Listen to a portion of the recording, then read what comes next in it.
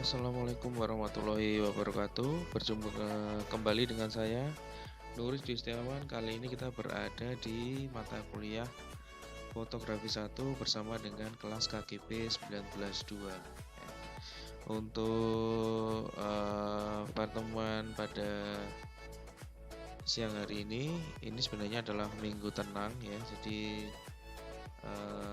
di situ ada dalam minggu tenang ini biasanya digunakan untuk Anda mempelajari materi-materi yang sudah lalu, yang sudah saya sampaikan di pertemuan-pertemuan sebelumnya.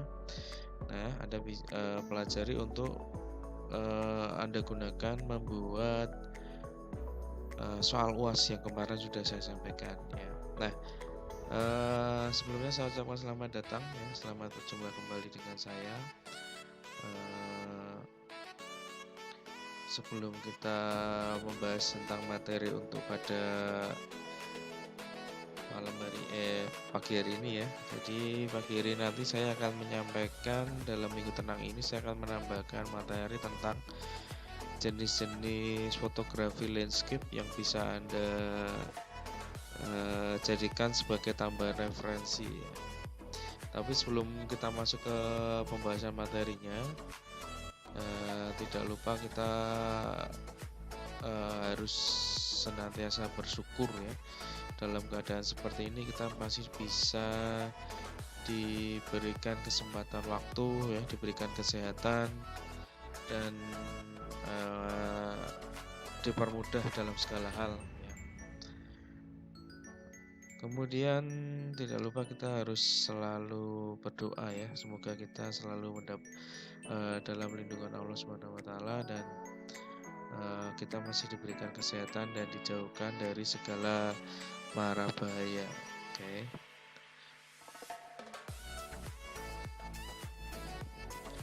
Nah, materinya kurang lebih seperti ini ya. Kalau nanti kita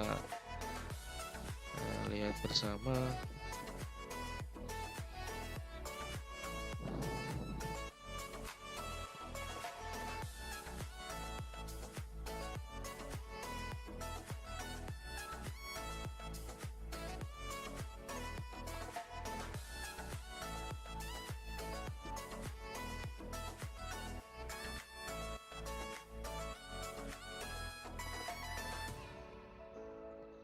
Nah, yang akan kita bahas pada siang hari ini adalah jenis fotografi landscape. Ya, saya langsung mulai saja. Ya, jadi untuk pertemuan pada siang hari ini, untuk sebelum masuk ke materi akan kita bahas dulu mereview sedikit ya tentang foto landscape. Jadi foto landscape itu adalah satu bagian atau porsi dari pemandangan yang dilihat dari sebuah titik pandang tersendiri. Jadi dari beberapa view ya ada mengabadikan dari angle tertentu gitu ya. Pemandangan merupakan subjek utama dari sebuah foto landscape. Pada umumnya orang dan binatang ya tak nampak dalam foto landscape ya, meskipun kadang-kadang juga muncul dalam tampilan gambar, namun kelihatan kecil serta termasuk menjadi bagian dari komposisi untuk menunjukkan skala.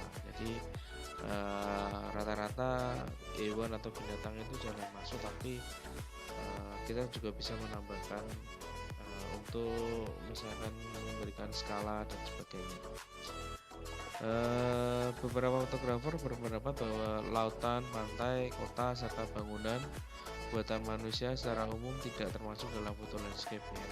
Dan isi dalam foto tersebut lebih akurat jika disebut sebagai hamparan laut atau bentangan kota yang luas. Itu ada beberapa pendapat yang berbeda gitu ya. Kemudian sebuah foto landscape yang bagus harus menjalin sebuah hubungan dengan penyimaknya, atau di situ ada korelasi atau ada koneksi antara foto yang dilihat dengan orang yang melihatnya ya. Sebuah foto landscape yang bagus akan tetap membuat Anda tertarik dan menemukan suatu poin penting di dalamnya ya. Jadi ketika melihat itu ada satu poin satu bagian yang membuat Anda tertarik di dalam sebuah foto tersebut. Meski telah berbulan-bulan Anda memotretnya, kalau dilihat itu bisa ada sebuah foto yang menarik atau sebuah bagian yang menarik gitu ya.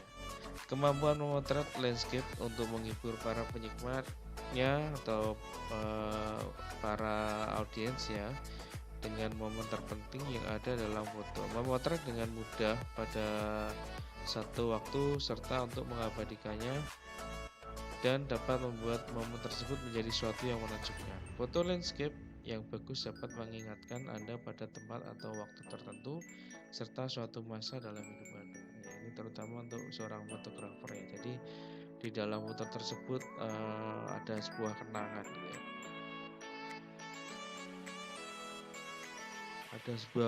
Ada sebuah cerita yang dikemas dalam foto tersebut. Ya, kemudian Anda bisa berbagi perasaan dalam suatu kesempatan. Jadi misalkan di situ ada ketika Anda berada di sebuah tempat ada suasana yang romantis, nah itu Anda bisa membaginya dengan mengabadikan pemandangan tersebut. Nah, seperti halnya contoh gambar yang ada di bawah ini. Satu hal yang dapat dilihat dan menakjubkan yang datang dari diri Anda, yang mungkin momen tersebut juga dapat dibagikan dengan yang lain. Jadi perasaannya itu momen tersebut ya bisa dikemas, kemudian ketika orang melihatnya itu merasakan apa yang Anda rasakan pada saat itu. Kemudian apa yang tidak termasuk fotografi landscape ya. Fotografi landscape bukan foto jurnalis karena bukan sebuah dokumentasi ya. Ini yang harus kita ingat. Tujuan foto landscape tidak hanya mementingkan untuk mengambil gambar pemandangan dengan cara yang biasa. Pada banyak kesempatan kita sebenarnya menanti di mana kondisi berubah dari biasa-biasa saja menjadi luar biasa. Nah, foto landscape itu adalah salah satunya kemampuan di mana ada sebuah lokasi yang kita abadikan dengan angle tertentu, dengan view tertentu itu bisa menimbulkan yang pemandangannya biasa-biasa saja menjadi pemandangan yang terlihat sangat luar biasa. Berikutnya tantangan dan peralatan yang ada dalam fotografi landscape. Fotografi landscape bisa menjadi tantangan yang berisi tentang semua kendala yang Anda temui saat memotret alam luar. Anda tidak bisa memiliki bantuan suara dan musik ya. Nah, ini bedanya ketika kita menggunakan foto ya, karena di situ hanya ada visual, tidak ada suara.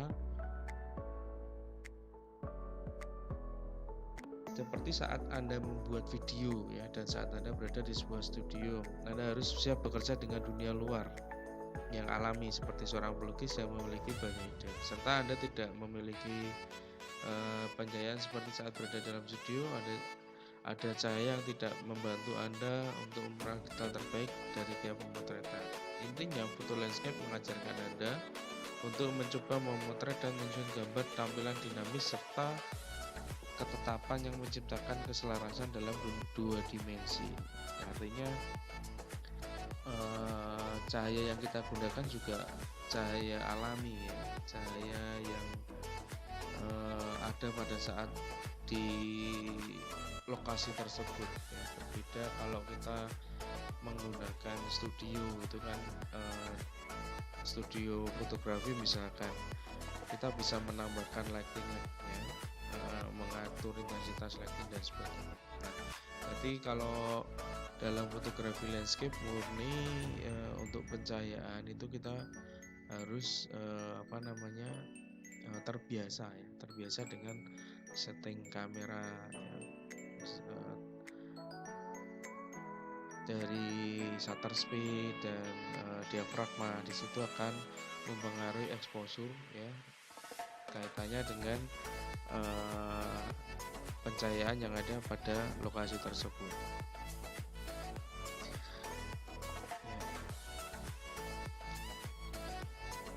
Kemudian ada jenis fotografi landscape ya. Jadi jenis fotografi landscape itu yang pertama ada fotografi representasi. Nah, fotografi representasi ini dapat menjadi sebuah pemikiran. Apa yang Anda lihat itulah yang Anda dapatkan ya. Jadi mepresentasikan ulang ya. Apa yang Anda lihat, apa yang dilihat juga oleh audiens nanti. Ya, dalam bentuk fotografi landscape ini, fotografer tidak melakukan apa-apa untuk mengubah tampilan, tapi hanya memotret keindahan asli dari alam dan seisinya. Jadi tanpa editing, tanpa peralatan yang berlebih, tanpa efek ya. Jadi apa yang dilihat Anda visualkan ya. Jadi Anda lihat juga akan dilihat orang lain ya. Ini. Komposisi dalam fotografi, kemudian cahaya, waktu yang tepat, serta cuaca merupakan aspek terpenting ketika menggunakan teknik ini. Banyak hal seperti lukisan yang mengesankan, foto landscape dapat membangun teknik yang berkesan serta menggunakan penyaring gambar yang lebih lembut yang dapat memberi foto Anda efek ilusi. Meskipun menyimak foto Anda masih dapat melihat subjek dalam foto Anda itu apa. Gambar yang sesungguhnya mungkin sudah tidak tajam dan meski demikian kita bisa menambahkan sedikit efek-efek ya yang tidak merubah drastis pemandangan tersebut gitu ya. Nah, ini aliran atau jenis yang representasi ya. Berikutnya ada foto landscape impresi ya. Adalah sebuah foto pemandangan ya dari sebuah tampilan landscape. Fotografer landscape membangun teknik fotografi dan tujuan tersendiri. Mereka menciptakan sebuah gambar yang lebih syarat makna, lebih emosional atau terlihat kreatif dalam tampilan. Ini merupakan jenis fotografi subjektif, sebab tiap orang yang memandang foto akan merasakan sesuatu yang berbeda mengenai tampilan gambar. Ya. Fotografi landscape impresi tidak nyata ya dan lebih berilusi daripada fotografi landscape representasi. Akan tetapi masih tergolong dalam foto landscape sebab fitur-fitur yang ditampilkan dalam gambar masih menunjukkan keindahan alam ya. Penyimak foto menjadi terkesan dari hasil karya para fotografer landscape yang mempunyai maksud dan tujuan yang ingin menyampaikan gambar dalam daripada realitas sebenarnya yang ada dalam tampilan. Jadi di situ dalam aliran impresi ini ya atau jenis fotografi landscape impresi ini Anda bisa memberikan beberapa efek ya, terutama misalkan ketika memfoto di laut gitu dalam fotografi landscape Anda ingin mengambil view laut kemudian bisa menggunakan shutter speed yang rendah sehingga ketika menggunakan shutter speed yang rendah kemudian dengan diafragma bukaan yang kecil ya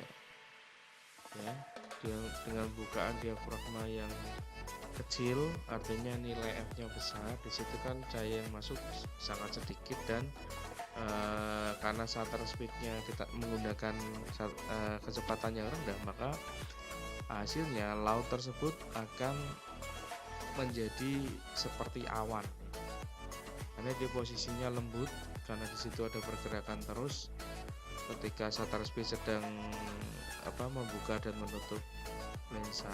Nah, maka akan menimbulkan ombak yang smooth ya, yang blue gitu. Sehingga nanti di situ akan menampilkan seperti lokasi lain ya. Jadi yang tadinya laut akan terkesan seperti di atas awan. Nah, itu. Kemudian ada foto landscape abstrak. Fotografi ini menggunakan sekumpulan teknik variasi yang dinamakan bentuk dan pendekatan untuk memotret aspek alam. Akan tetapi tidak selamanya termasuk dalam landscape. Hasil karya fotografi selalu berkaitan dengan pola, bentuk, serta pemandangan menyeluruh secara dekat. Fotografi landscape tidak selamanya adalah fotografi alam. Landscape ada urban atau perkotaan berisi gedung-gedung mencakar langit juga dapat menciptakan gambar yang menakjubkan. Garis, sudut, bentuk, serta bangunan-bangunan tinggi memberi banyak pilihan bagi fotografer landscape untuk berkarya. Jadi abstrak itu pemandangan yang tidak melulu alam gitu ya. Jadi Anda bisa ketika di perkotaan dengan beberapa pola ya, bisa seperti itu. Nah, kemudian ada fotografi landscape pedesaan. Ya, ini sangat mudah dipahami karena fotografi landscape pedesaan ini menggambarkan sebuah pemandangan yang tidak ada manusia di dalamnya ya. Tapi gambar tersebut mengisyaratkan bahwa ada manusia yang tinggal dalam foto tersebut. Kebanyakan gambar dari hasil fotografi ini diambil di daerah luar perkotaan atau di ladang perkebunan, contohnya pertanian ya. Itu.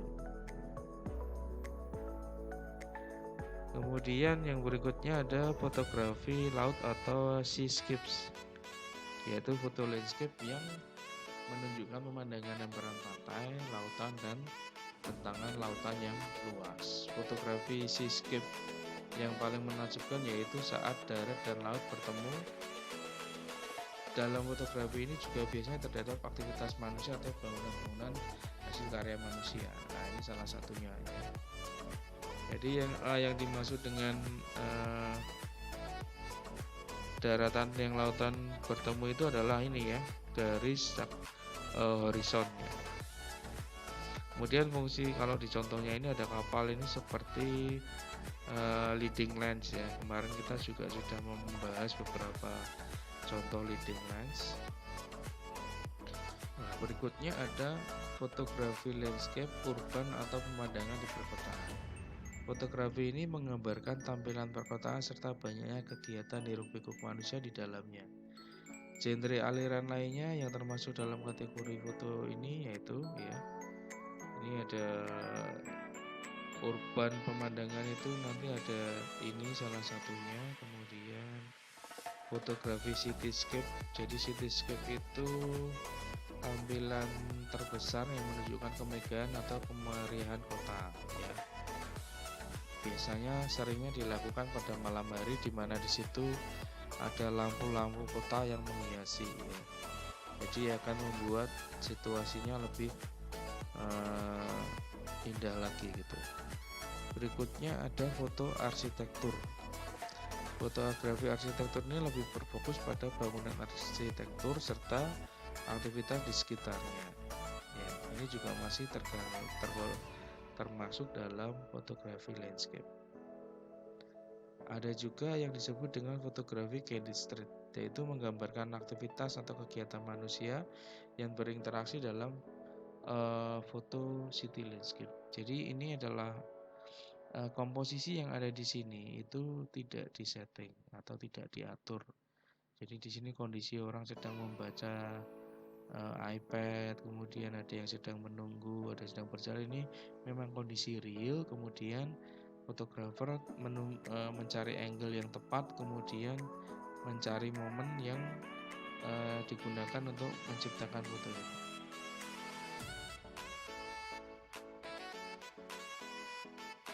Nah, kurang lebih seperti itu tadi ya materi yang bisa saya sampaikan. Jadi ini nanti bisa Anda gunakan sebagai referensi tambahan ketika Anda mengerjakan foto untuk soal UAS ya, atau tugas UAS di dalam mata kuliah fotografi 1, terutama untuk membuat foto landscape ya. Demikian yang bisa saya sampaikan, kurang lebihnya mohon maaf.